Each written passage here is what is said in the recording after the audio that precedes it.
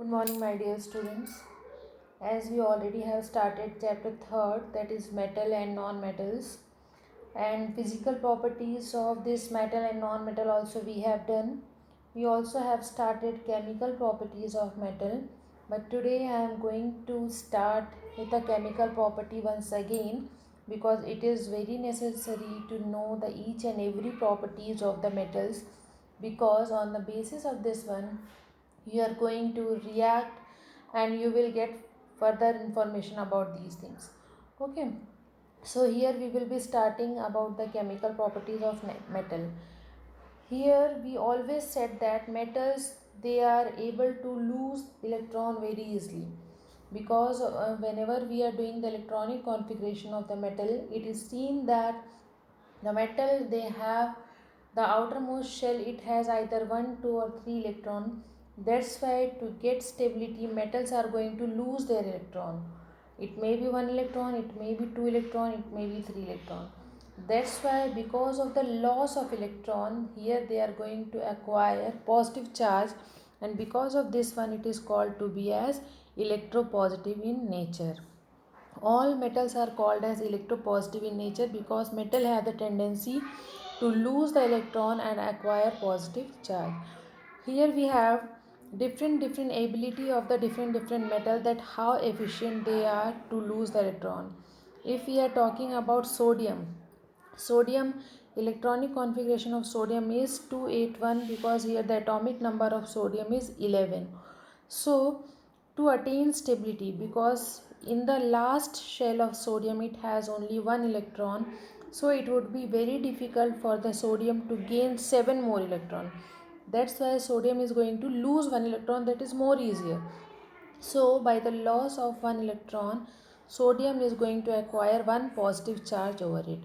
Okay, so sodium is also electropositive in nature with one positive charge.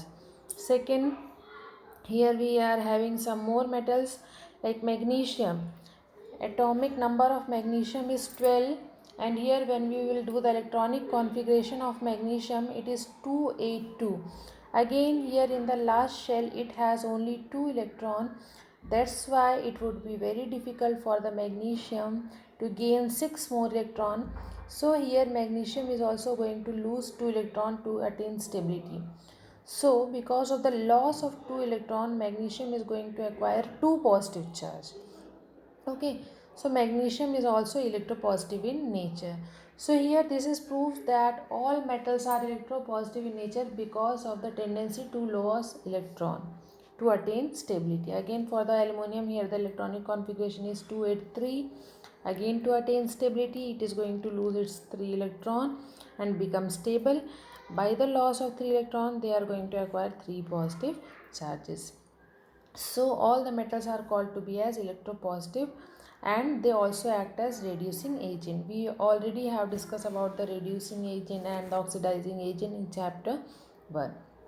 Okay, so on the basis of the ability of the metals to lose electron, here these metals are arranged in a reactivity series. See, this is the series. In our right hand side we have one series or one table is given in which potassium is kept at the top. Why potassium is at the top? Because the one which is present at the top are taken as the most reactive metal. Why it is called as most reactive metal? Because this potassium has the tendency to lose the electron very easily. If we are comparing, because we have number of metals, so which metal are able to lose electron very easily? Like we people are in your class, your number of students are there. Most of the students, they are getting good marks, but out of these students also one students are there who is getting first rank. Like that all the metals have the tendency to lose electron, but the one which can lose very easily are called to be as the most reactive metal. Okay, so here potassium is taken as the most reactive metal because potassium has the tendency to lose the electron very easily. Okay, so potassium and sodium, it is the most reactive. Then we have barium, calcium, magnesium, they are also taken as a reactive, but not as much as potassium and sodium. After that we have aluminum, zinc, chromium. Then we have iron, cadmium, cobalt, nickels, tin, lead. Then we have hydrogen. See, in this series we have all the metals present except hydrogen. Here we have hydrogen. Hydrogen, it is taken as non-metal, though it also has the tendency to have positive charge. Hydrogen also lose electron and acquire positive charge. Then also hydrogen is not metal, it is non-metal. So hydrogen is taken as the standard. Above hydrogen, whatever the metal is present, they are more reactive than hydrogen, and below hydrogen, which is present after hydrogen, they are less reactive and they cannot displaces hydrogen. That we will discuss later when we are doing the properties of metal. Okay, so these are the reactivity series. The one which is present at the bottom, like platinum, gold, silver, these are present at the lower side, so they are the least reactive metal. It means they do not have the tendency to lose electron very easily. They can also lose, but the ability is little less as compared to the sodium and potassium. So here these are all about the electropositive nature of metal. Here now I am going to start the chemical properties. Chemical properties actually what? Here we are going to react all the metal with different either with oxygen or with water or with hydrogen. Then we have to see what are the type of compound they are going to form. That is called as chemical properties. So first here I am going to react this metal with oxygen. Whenever any of the metal react with oxygen, they are form their oxide, and we know that oxygen is already present in our atmosphere, so it can easily react with the oxygen which is present in the atmosphere and form oxide. So here first we will be taking few example, like if we are reacting potassium and sodium. So potassium and sodium react with oxygen and they form what? They form oxide. See, this is the example. Potassium and sodium react with oxygen at room temperature to form their respective oxide. Like sodium plus oxygen. Oxygen is always taken as O2 because we know that non-metals are always in the diatomic form. It cannot exist in the atomic form. Okay, that already you have done in class 9th. So sodium react with oxygen present in the atmosphere, then form sodium oxide. Potassium also same.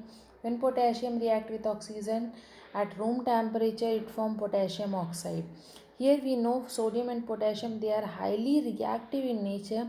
So as they come in contact with the oxygen, they react violently and some explosions takes place. So to avoid this type of explosion, we always try to keep the sodium and potassium inside the kerosene, because in kerosene we do not this sodium and potassium do not come in contact with the oxygen directly. That's why always this sodium and potassium are kept inside the kerosene to avoid contact with oxygen. Okay, so here it do not need any type of increase in temperature suddenly, as in the room temperature only. When it come in contact with the oxygen, they form their oxide. Second type of metal, that is magnesium. Magnesium, calcium, these all are the metal which are also reactive but not as much as sodium and potassium. They are highly reactive. Sodium and potassium are highly reactive, but magnesium, calcium, they are less reactive as compared to those sodium and potassium. So here when these magnesium and calcium react with oxygen, here reaction do not takes place by their own. It react with oxygen on heating. Here there is need to heat to activate the reaction. Some reactions are there which need some type of activation or some type of effort. Until we push it up, it do not start by their own. Some reaction can take place by their own, but for some reaction we need to start up. So this magnesium react with oxygen but do not by their own. We have to give some heat to this magnesium, then only it react with oxygen, then formation of magnesium oxide takes place. Same for the calcium also. Next we have iron. Iron is comparatively less reactive as compared to the magnesium, calcium, potassium, sodium. It has, I think, 6th or 7th position in the reactivity series. So this iron do not react with by their own, or even not with heating only. So for this one, it react with oxygen, but here burning cannot takes place. Here also we are going to heat, or to start up the reaction, but it do not form a simple type of, or it do not burns as the other metals are. Okay, so here whatever the product that we are going to get, it is a mixture of the oxides of iron. Like here it may give ferric oxide, it may give ferrous oxide, ferric oxide. Here the formula of ferric oxide is Fe2O3. For ferrous oxide we have FeO. Okay, so here iron can also react, means all the metals can react which is present above hydrogen, but few of the metal can react by their own, and for few of the metal we need to start up the reaction. Iron also react and form oxide, but here also we need to start up the reaction by giving certain amount of heat. Okay, next we have copper. Copper is also a metal, we know, but whenever you are seeing the reactivity series, copper is present below hydrogen. Like silver and gold, it is also present below hydrogen. So because these are present below hydrogen, so they are very less reactive. So for this one, it do not come, it is always kept in the contact with oxygen, but it do not react by their own. Sometimes the reaction do not takes place between the copper and oxygen, but by increasing the temperature or by certain more condition, by applying some more effort, here we can have the reaction between the copper and oxygen, then the formation of copper or cupric oxide takes place. But if we need to react silver and gold do not react with oxygen even at very high temperature also, because we are wearing gold ornaments and we are also using silver ornament. If they do react with the oxygen, then whatever the ornament we are using, it can easily react and some type of reactions took place and it may harm us. But because they are least reactive in nature, they do not react with oxygen, and thus at high temperature also. So because of this one, it do not react. Why? Because it is very least reactive in nature and it is present below hydrogen. Copper also do not react, but sometime we may, by putting some more effort, we can do the reaction between copper and oxygen. So here once again I am going to tell you, whatever the element which is present and whatever the metal which is present above hydrogen, it can react with oxygen by giving heat or sometime by their own also, but which is present below hydrogen, it would be very difficult for those to react with oxygen. Okay, now after the formation of metal oxide, as we have discussed now that metal react with oxygen, then formation of metal oxide takes place. So here there is need to know what are the nature of these metal oxide. So these nature can be predicted by their reactivity towards water as well as acid, that whether they are acidic in nature or they are basic in nature or they are neutral. So their nature can be means we can get the nature of these metal oxide by reacting this either with the water or with the acid. So first we will do the reaction of metal oxide with water. See here we have taken sodium oxide, which is formed by the reaction of sodium and oxygen, potassium oxide, which is also formed by the reaction between potassium and oxygen, magnesium oxide, which is also formed by the reaction between magnesium and oxygen. So here when we have the reaction of these with the water, what does happen? They all are going to react and the formation of hydroxide takes place. They all become dissolved in water to form soluble hydroxide, and we know the whatever the hydroxide which is soluble in water, they are called to be as alkalis, and the one which do not which are not soluble, they are simply called as base. So because these are all are soluble and they form hydroxide, so because in the previous chapter in acid and base, we know the compound which are having hydroxide, they are basic in nature. It means these oxides of metal, they are basic in nature. Okay, but here we also have few metal like calcium, aluminum, they do not react with water, but the hydroxide or they do react with water, but the hydroxide are not soluble in water. Okay, so they comes as a suspension. This suspension also we know, or we have done in class 9, that suspension is what, where the mixture or the solute do not combine with the solvent and it simply settle down at the bottom because of the bigger particle, or because of the size of the particle is bigger, that's why it do not combine with solvent easily. So these hydroxide, because these are not soluble in water, that's why they are called to be as bases. Okay, understood or not? The bases which are soluble in water, they, that is called as alkalis, and the one which is not soluble in water is called to be as simple bases. So here when we dissolve calcium oxide or aluminum oxide into water, they form their hydroxide. Though they are not soluble in water, then also they form their hydroxide. So because of the formation of hydroxide, it is said that they are also basic in nature.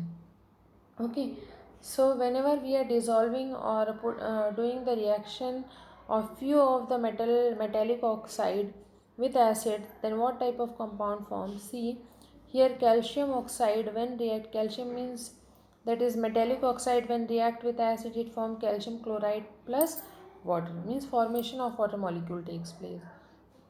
The second, magnesium oxide when react with acid, again it form water and salt. For this one, aluminum oxide, it also forms salt and water, and zinc oxide, it also form salt and water. So the oxide of metal are known as basic oxides since they react with water to form bases.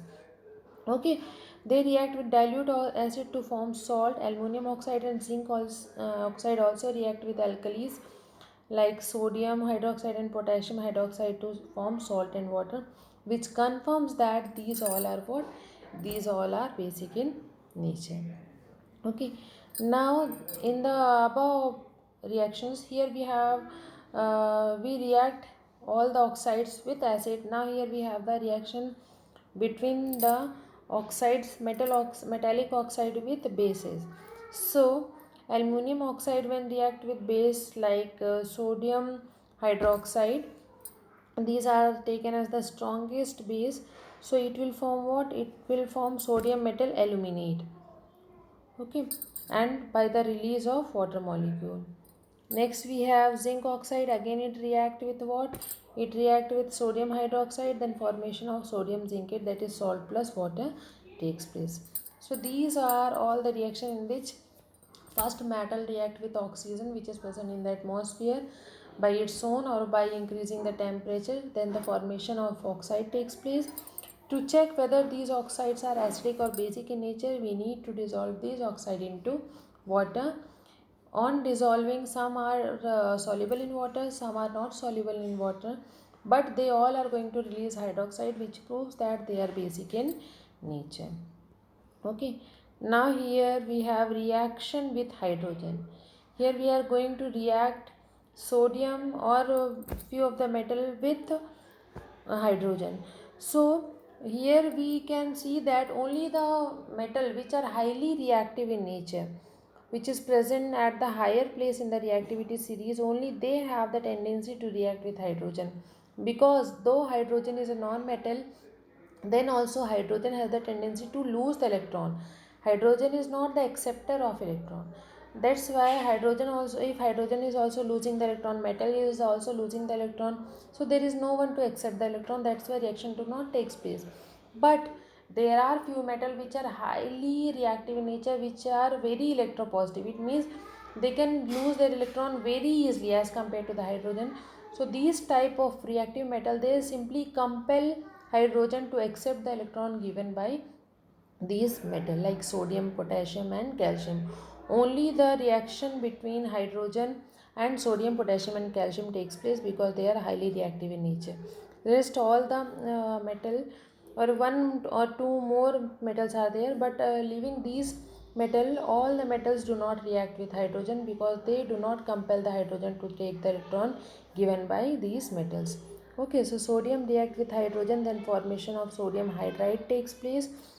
Here sodium is taken as a non-metal because here hydrogen or electronegative in nature, because hydrogen is going to accept the electron given by sodium. Again for calcium and hydrogen, it form calcium hydride. Again here hydrogen is going to accept the electron given by calcium. So here hydrogen behave as electronegative in nature. Okay, so the metal hydride readily dissolve in water to form corresponding hydroxide and evolve hydrogen gas. When we dissolve these type of hydride into water, they form their hydroxide by the evolution of hydrogen gas. Students, sometime it may be asked, then how do we know that whatever the gas is coming out is hydrogen gas or carbon dioxide gas? That also we have done, but I just want to recall you about the formation of hydrogen gas, because gases, mostly the gases are colorless. So whenever the gases is coming out, if we are keeping a matchstick, burning matchstick in front of the mouth of the test tube, so as the gas come in contact with the burning matchstick, if this gas is hydrogen gas, then the matchstick will start burning with a popping sound. So if a popping sound start coming, it means whatever the gas is coming out is hydrogen gas. Okay, so with the help of this one we can easily say that it is evolving hydrogen gas. Next is reaction with water. So now here we are going to react metal with water. So either it may form oxide or sometime it may form hydroxide. Let's read it first. The reactivity of metal with water is also linked with their position in the reactivity series. The metal placed higher in the reactivity series is more reactive than a metal which occupies a lower position. As a result of the reaction, metal oxide and metal hydroxide is going to form. See, here metal when react with water, some of the metal are going to form hydroxide and some are going to form oxide only. So why does it happen? See, first, metal like sodium, potassium, which are present at the top of the reactivity series, when they react with the water, uh, it react very violently even with the cold water also, because it has its own heat. Sodium and potassium, it has its own heat. So as we are putting sodium and potassium into the cold water also, it produce some sound like bursting something. It produce some sound, and it react very violently, and evolution of lots of heat takes place. Okay, so metal react, sodium and potassium when react with the water, it form sodium hydroxide and potassium hydroxide with the evolution of hydrogen gas and lots of heat. Okay, now next we have calcium when react with water, because calcium is not as much reactive. So is it do not produce heat, or it do not release energy, or it do not react violently as like that of sodium and potassium, because it is not present at the top of the reactivity series.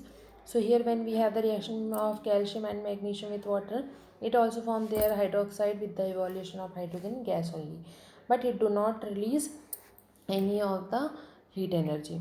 Okay, next we have metal like aluminum, zinc, iron. It also react with water, but here also the reaction takes place. These metals also react with the water, but it do not react with the cold water, okay, or with the hot water. Here we need to take the steam, and with the steam only, when we are going to pass this metal, then only they can react, because these are reactive in nature, but it is not as much reactive as calcium, sodium and potassium. So here they do not even react with the hot water also. For the reaction of aluminum and iron with water, there is need to pass it with the steam of water, then it shows reaction. And one more thing that you people have to keep in mind, they are not going to form their hydroxide, it form only oxide. See, in the above reaction, all when they react with water, they form their hydroxide, but aluminum and iron, it react with water molecule, but it do not form their hydroxide, it simply form oxide. So why does it happen? It happens because aluminum and iron, as they react with water molecule, here a layer of oxide is going to form over the aluminum, which do not let the aluminum to react further, and formation of hydroxide takes place. That's why it do not form hydroxide, because of the formation of layer. Formation oxide is going to form a layer over the aluminum, and as the layer is formed, it do not let the water to come in contact with aluminum directly. That's why formation of hydroxide do not takes place. Okay, two things that you people have to keep in mind, that aluminum and iron, they do not react with the hot water or the cold water. For the reaction we need steam of water.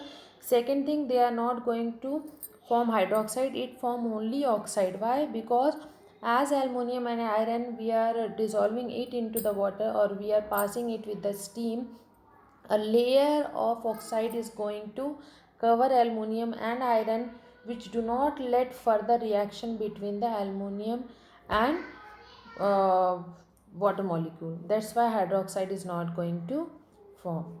So for today we have this much only, students. These are the very important information or very important properties of the metal. Kindly please go through the video, or if you will be getting any doubt, then again and again you can watch the video. Or if still you are not able to understand, then kindly please contact me. You can directly call me or message me. Thank you so much for hearing me.